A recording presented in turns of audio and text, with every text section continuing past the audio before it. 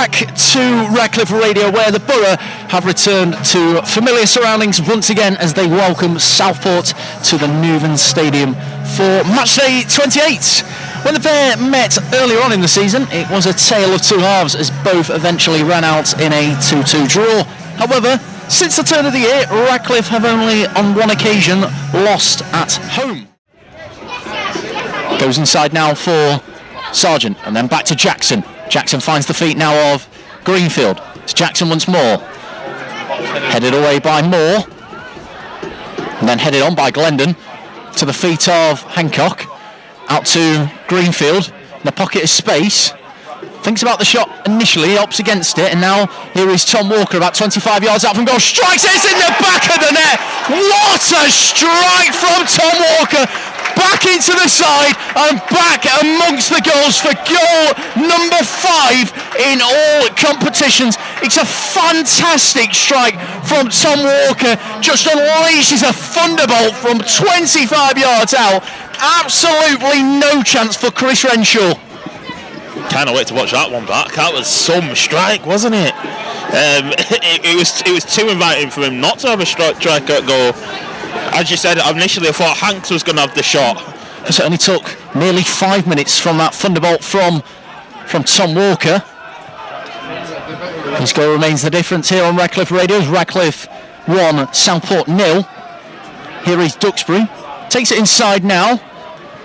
Tries to thread it forward to the feet of Greenfield. Successful on this occasion. Great pass to Jackson just inside the penalty area. He strikes it. It's in the back of the net. It's Brad Jackson's turn and it's his second goal of the season. It's a fantastic finish. Just deceives Chris Renshaw at his near post. Just guides it into that corner. And there's absolutely no chance they can get across in time as he was diving one way and then coming back the other way. But Brad Jackson has doubled Radcliffe's advantage in the opening 12 minutes.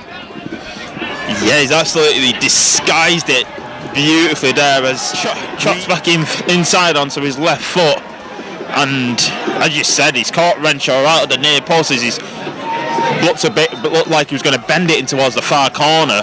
Brad Jackson chopping in, but Southport have got it in the Radcliffe penalty area before Roscoe fires that one more up into the sky than anything.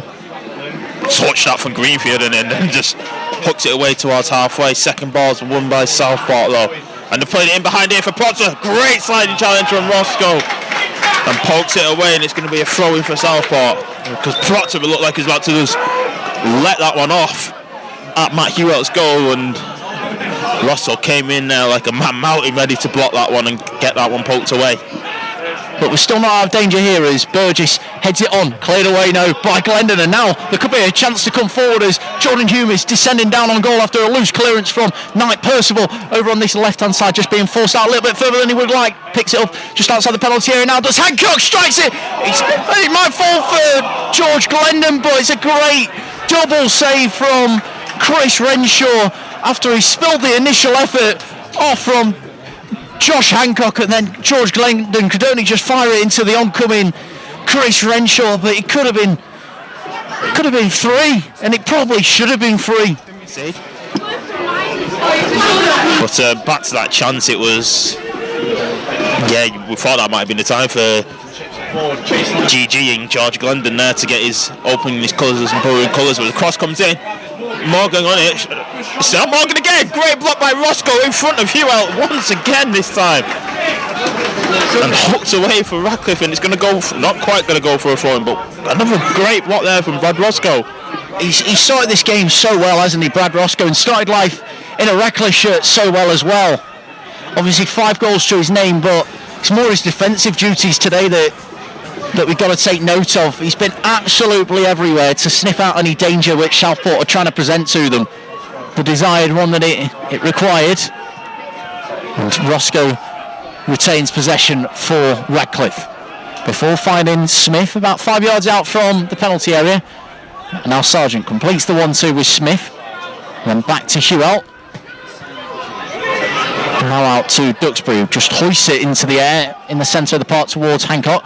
Won by Phyllis Kirk, but Radcliffe win the second ball via Glendon, who rides one challenge, and they're still coming forward now. tries to thread it down the line, but well charged down, but he still gets the ball at the second attempt. And then Walker once again about 20 yards out from goal, just outside the penalty area. He stings the palms of Renshaw, who forces it behind for a corner kick. But another great chance for the ball there, Anton.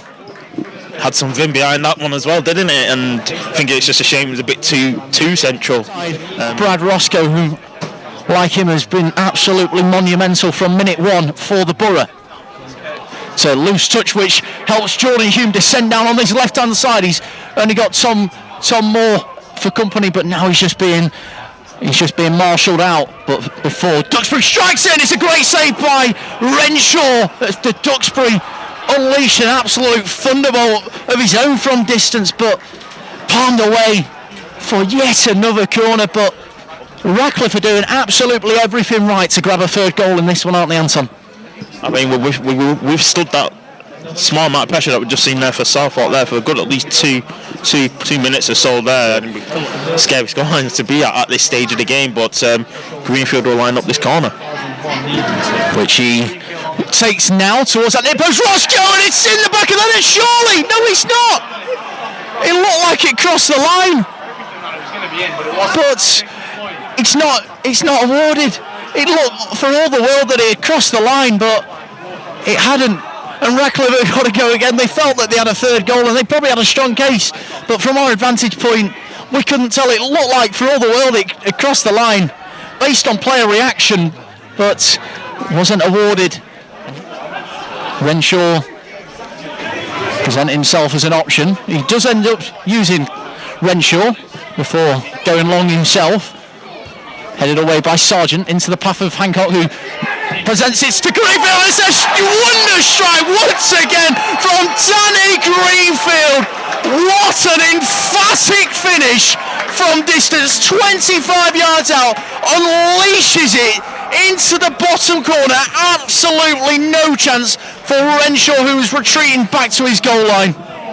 Well, we've just had goal a month nominations about for January. We've had two for this month already in the same game as that one. Was an absolute delight from Greeny there. Wow, with his fourth goal of the campaign, and yeah, wow, just some strike, wasn't it? Renshaw wasn't fully set after receiving the ball from that throw-in. He's caught it very, very sweetly on the half volley, and which is headed away by Glendon. Now might reach the feet of Hume, and it does. Takes his time in bringing it down, eventually does. Now finds Greenfield, the goal scorer of that all-important third goal. And now out to the second goal scorer in Jackson, who's still marauding forward. Going towards the byline, clips the ball in towards that back post. Glendon hits it into the side netting. So nearly a fourth goal, and probably should have been. Glendon brought it down so beautifully in the penalty area, but just couldn't fire it back in across goal, and could only find the side netting. But so close there for the boyhood Borough man. I feel like those are the changes, the reason behind those changes. Just a few more goals have gone in there. Rushaw pulled one back against Buxton to make it 4-1 now.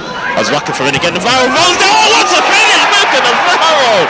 As he's lobbed Renshaw from the edge of the box on the... I was literally about to go for the score. Look at Navarro, wow!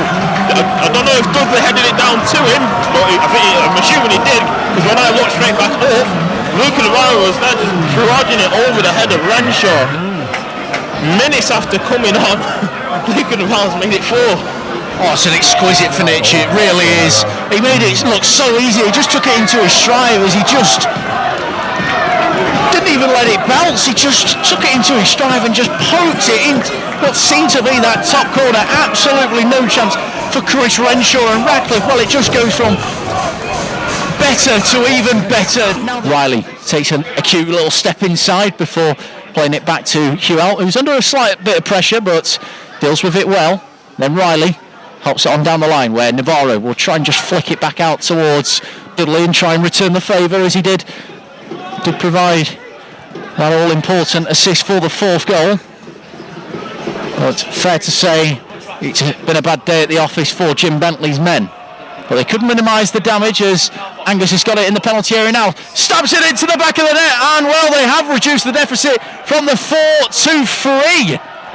And Angus has now grabbed his 3rd goal of the season. Nice little cute little finish as he just marauds down towards the byline and then just pokes it underneath the oncoming Matt Hewell. And well, instead of being 4-0, it is now Radcliffe 4, Southport 1. But you've got to say, a cute little finish from Dior Angus. Out to that right-hand touchline for Minahan. And now Hilton, midway inside the Radcliffe half, will play it into the feet of Evans before it's returned to Hilton. Helps it on to Angus, who strikes. It's a great save by Hewell, who just parries it around the palms it around the post. And we touched on how the first initial save was probably a smart one. That's a top draw save, Anton. Yeah, initially got to say great play from Angus to work his half a yard to create the space as he's off balance as well to strike that off-foot goal on his weaker left side. And as you said, force Hewell into tipping it round his right-hand post as he tipped it away from finding that top left-hand corner. Because that's what Radcliffe will run out as 4-1 victors in this one, their biggest win of the season. And probably one of their biggest wins in terms of the context of the season as well, especially with sides around them dropping points as well. Elsewhere, a great pass out to this right-hand side for Minahan, who delivers it across the face of the 6-yard box. Well dealt with once again though by Radcliffe, and for the 4th time this season, Southport run out as in a 4-1 defeat, but this time at the hands of Radcliffe.